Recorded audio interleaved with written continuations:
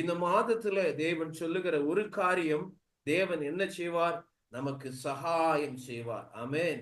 தேவன் இந்த மாதத்துல ஆண்டவர் இந்த காலை வேளையிலே நமக்கு தருகிற முதலாவது வார்த்தை, அல்லாவிட்டால் சபையின் பலிபீடத்திலிருந்து, தேவ பலிபீடத்திலிருந்து உங்கள் பவனங்களுக்குள்ளாய், உங்கள் வாழ்க்கைக்குள்ளாய் கடந்து வருகிற வார்த்தை, தேவன் உங்களுக்கு உதவி செய்வார்.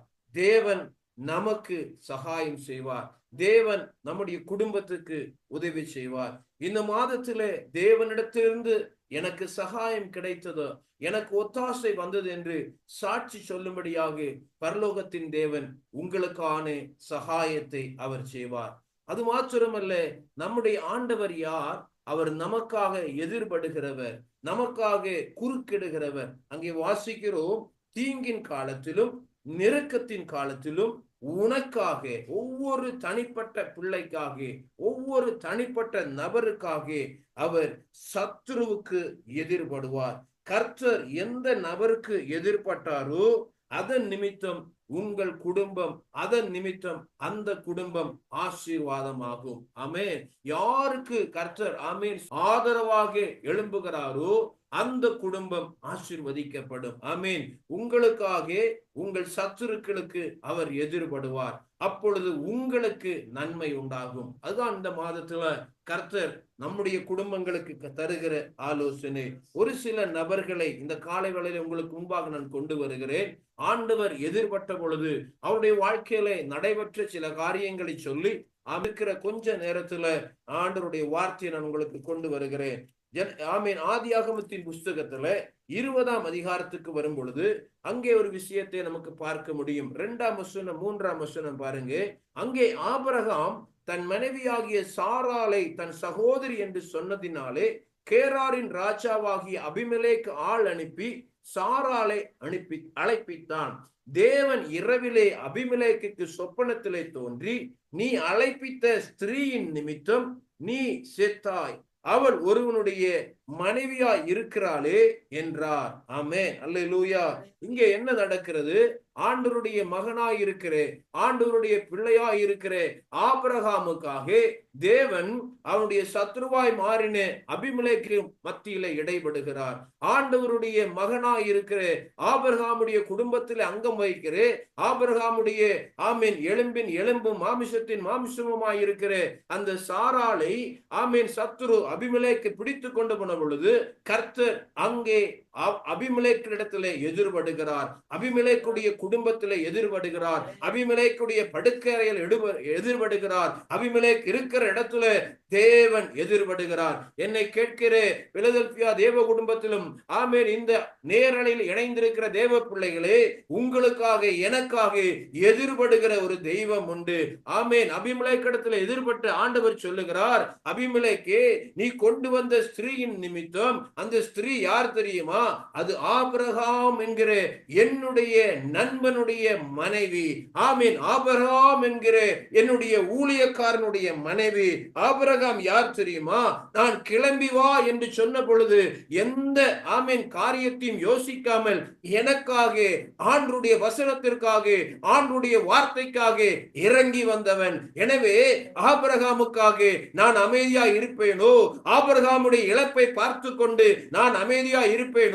ஆபிரகாமுக்காக அங்கே அபிமெலேக்கிடத்தில் எதிர்படுகிறார். தேவ பிள்ளையே, தேவ வார்த்தை கேட்டு இறங்கி வந்திருக்கிற கர்த்தருடைய மகனே, மகளே, தேவ சத்தத்தை கேட்டு தேவ வார்த்தைக்கு முக்கியத்துவம் கொடுக்கிற கர்த்தருடைய பிள்ளையே, தேவனுடைய வார்த்தையை கேட்டு தேவனுடைய ஊழியத்தை செய்கிற தேவனுடைய ஊழியக்காரர்களே, ஊழியக்காரிகளே, கர்த்தர் இந்த காலைவேளை இந்த மாதத்தின் தொடக்கத்தில் சொல்லுகிறார், உன்னுடைய குடும்பம் தேவனுடைய குடும்பம், உன்னுடைய குடும்பம் தேவனுடைய குடும்பம், உன்னுடைய பிள்ளைகள் தேவனுடைய பிள்ளைகள், உன்னுடைய ஆமென் சொத்து தேவனுடையது. உனக்காக, உனக்காக, உன் குடும்பத்துக்காக, உன் பிள்ளைக்காக அவர்களுக்கு விரோதமாய் இருக்கிற சத்துருக்களுக்கு மத்தியில கர்த்தர் எதிர்படுவார். அல்லேலூயா. என்ன நடந்தது? எதிர்பட்ட பொழுது அபிமெலேக்கிடத்தில் கர்த்தர் சொல்லுகிறார், எனவே நீ என்னுடைய தாசனாய் இருக்கிற ஆபிரகாமுடைய மனைவியை மரியாதையாய் அனுப்பிவிடு, அவனிடத்திலே கொண்டு போய் சேர்த்து விடு என்று சொல்லுகிறார். உடனடியாக நடந்த காரியம் என்ன? அங்கே வாசிக்கிறோம். ஆதியாகமத்தின் புஸ்தகம் 20ஆம் அதிகாரத்துல 14ஆம் வசனத்துல, அப்பொழுது அபிமெலேக்கு ஆடு மாடுகளையும் வேலைக்காரரையும் வேலைக்காரிகளையும் ஆபிரகாமுக்கு கொடுத்து அவன் மனைவியாகிய சாராளையும் அவனிடத்திலே திரும்ப ஒப்புவித்தான். அல்லேலூயா. என்னை கேட்கிற தேவ பிள்ளையே, நமக்காக தேவன் இடைபடுவார் என்றால் உங்களுடைய என்னுடைய குடும்பத்திற்காக, நம்முடைய குடும்பங்களுக்காக தேவன் எதிர்படுவார் என்றால், ஆமென், சத்துரு நம்முடைய மத்தியிலிருந்து அல்லாவிட்டால் நம்முடைய வாழ்க்கையிலிருந்து எடுத்து கொண்டு போனதை திரும்ப மரியாதையாய் ஒப்புவிக்க பண்ணுவார். அல்லேலூயா. எத்தனை பெரிய ஆண்டவரை நாம் ஆராதிக்கிறோம். ஆமே, நம்மிடத்திலிருந்து எடுத்து கொண்டு போனதை ஆமீன் ஒப்புவிப்பது மாத்திரமல்ல, அங்கே அடிஷனலாக வேலைக்காரனை கொடுக்கிறார், வேலைக்காரியை கொடுக்கிறார், மாடுகளை கொடுக்கிறார், ஆமீன், சொத்துக்களை கொடுக்கிறார். 15ஆம் வசனத்திலே வாசிக்கிறோம், என் தேசம் உனக்கு முன்பாக இருக்கிறது, உன் பார்வைக்கு சம்மதியான இடத்திலே குடியிரு. அங்கே குடியிருப்பதற்கு இடத்தை ஆயத்தப்படுத்தி கொடுக்கிறார், அங்கே தங்குவதற்கான வசதிகளை ஏற்படுத்தி கொடுக்கிறார். இது எப்பொழுது நடந்தது?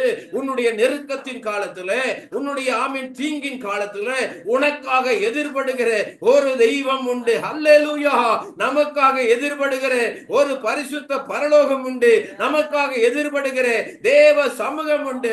எனவே அவர் எதிர்படும் பொழுது அவர் நமக்கு சகாயம் செய்வார். சத்துருடைய பாளையத்திலே கலக்கம் உண்டாகும். அவன் நம்மிடத்திலிருந்து கொண்டு போன சகலத்தையும் அவன் நமக்கு திரும்ப தருவார். விசுவாசிக்கிற கரம் உயர்த்து ஆண்டவரை மகிமைப்படுத்துங்கள்.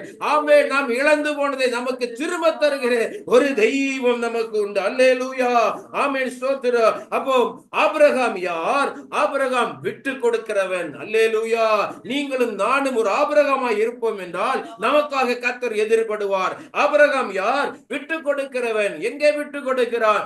ஆபிரகாம் லோத்திடத்தில் சொல்லுகிறார், லோத்தே, உனக்கும் எனக்கும் வாக்குவாதம் வேண்டாம், உனக்கும் எனக்கும் எந்த ஆர்கியூமெண்ட் வேண்டாம். ஏனென்றால் நீயும் நானும் ஒரு குடும்பம், நீயும் நானும் சகோதரர்கள் என்று சொல்லி, ஆமென், அவன் பிரிந்து போக நினைத்த பொழுது அங்கே அவரிடத்தில் ஆலோசனை கொடுத்து, நீ வடபக்கமாய் போனால் நான் இடபக்கமாய் போகிறேன், நீ மேற்கு பக்கம் போனால் நான் கிழக்கு பக்கம் போகிறேன் என்று சொல்லி அங்கே வாக்குவாதம் இல்லாதபடி சமாதானத்தோடு கூட விட்டு கொடுக்கிறவனா இருக்கிறான். அது மாத்திரமல்ல, ஆமென், ஆபிரகாமுடைய கூடாரத்துக்கு முன்பாக வந்து 3 தூதர்களை அவன் விருந்து செய்கிறவனாய் இருக்கிறான். ஆமென். நீயும் நாங்களும் ஆபிரகாமாய் இருப்போம் என்றால், விட்டு கொடுக்கிறவனாய் இருப்போம் என்றால், விருந்து செய்கிறவர்களாய் இருப்போம் என்றால், வாக்குத்தத்தத்தை விடாது பிடித்துக் கொண்டவர்களாய் இருப்போம் என்றால் நமக்காக கர்த்தர் எதிர்படுவார். அல்லேலூயா. ஆமென், ஆமென், ஸ்தோத்திரம். விட்டு கொடுக்கிறவர்களுக்காக, விருந்து செய்கிற ஆபிரகாமுக்காக, ஆமென், வாக்குத்தத்தத்தை விடாமல் பற்றி கொண்டிருக்கிற ஆபிரகாமுக்காக, நம்முடைய குடும்பத்திற்காக நம்முடைய தேவன் இடைபடுவார். ஆமென். நேரம் இல்லை, இன்னொன்று 2 சம்பவத்தை கூட நான் சொல்லட்டும். ஆதியாகமத்தின் 31ஆம் அதிகாரத்திலே 24ஆம் வசனம் நான் உங்களுக்கு வாசிக்கிறேன். அன்று ராத்திரி தேவன் சீரிய தேசத்தானாகிய லாபானுக்கு சொப்பனத்தில் தோன்றி, நீ யாக்கோபோடே நன்மையே அன்றி தீமை ஒன்றும் பேசாதபடிக்கு எச்சரிக்கையாயிரு. அல்லேலூயா. ஆமென். இங்கே யாக்கோபுக்காக தேவன் லாபானிடத்தில் எதிர்படுகிறார். ஆமென். யாக்கோபுக்காக தேவன் லாபானிடத்தில் எதிர்படுகிறார். இங்கே யாக்கோபுக்கு லாபானிடத்தில் கேட்க பலன் இல்லை. ஏன்னா லாபான் மிக கொடுமையான மனுஷனாய் இருக்கிறார். அந்த லாபானிடத்தில் கர்த்தர் எதிர்படுகிறார். யாக்கோபுக்காக கர்த்தர் எதிர்பட்டார். இந்த காலை விழுந்த சத்தத்தை கேட்கிற தேவ பிள்ளைகளே, அழைப்பை கேட்டு இறங்கி இருக்கிற கர்த்தருடைய பிள்ளைகளே, ஆமென், வாக்குத்தத்தத்தை பெற்ற தேவனுடைய சகோதரனே, சகோதரியே, உங்களுடைய மூத்த சகோதரனாகிய இயேசு உங்களை பார்த்து சொல்லுகிறார், உங்களுக்காக அவர் எதிர்படுவார். உங்களுக்காக உங்கள் மூத்த சகோதரன் இயேசு எதிர்படுவார். ஆமென். உங்களுக்காக உங்கள் சத்துருக்களுக்கு மத்தியில இயேசு எதிர்படுவார். நடந்தது என்ன? லாபானிடத்தில் சொல்லுகிறார், நீ யாக்கோபோடு நன்மையை அன்றி தீமை ஒன்றும் பேசாதே. ஆமென். உன் சத்துருக்கள் உனக்கு நன்மையை பேசும்படி தேவன் அவர்கள் மத்தியில இடைவெளி. எத்தனை பேர் விசுவாசிக்கிறீங்க?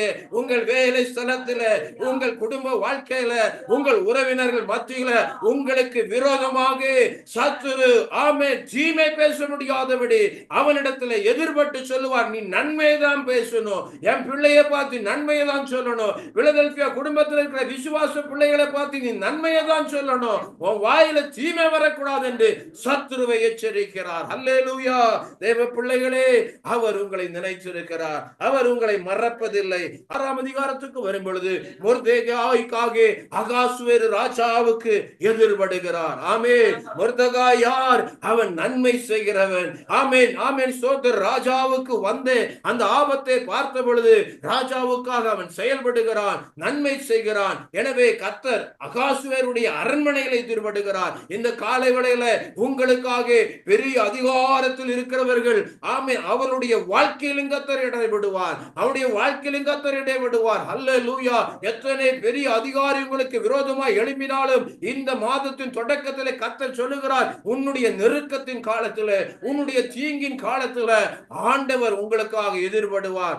ஆமென். சத்துருவின் மத்தியில் அவர் எதிர்படுவார். ஆமென். யார் இந்த மொர்தெகாய்? ஜெபிக்கிற மனுஷன். ஜெபிக்கிற மொர்தெகாய்க்காக ஆண்டவர் எதிர்படுவார். ஜெபிக்கிற மொர்தெகாயா இருக்கிற ஜெபிக்கிற தேவ பிள்ளையே, ஜெபிக்கிற சகோதரனே, சகோதரியே, இந்த முதலாம் நாளிலே கர்த்தர் சொல்லுகிறார், உனக்காக ஜெபிக்கிற உனக்காக நான் உன்னுடைய சத்துருவுக்கு எதிர்படுவேன். ஆமென். அவன் உனக்கு நன்மை செய்யாமல் மறந்து போய்விட்டார். அவன் உனக்கு நன்மை செய்ய மறந்து போனார். நீ நன்மை செய்தும் உனக்கு கிடைக்க வேண்டிய கனம் உனக்கு கிடைக்கவில்லை.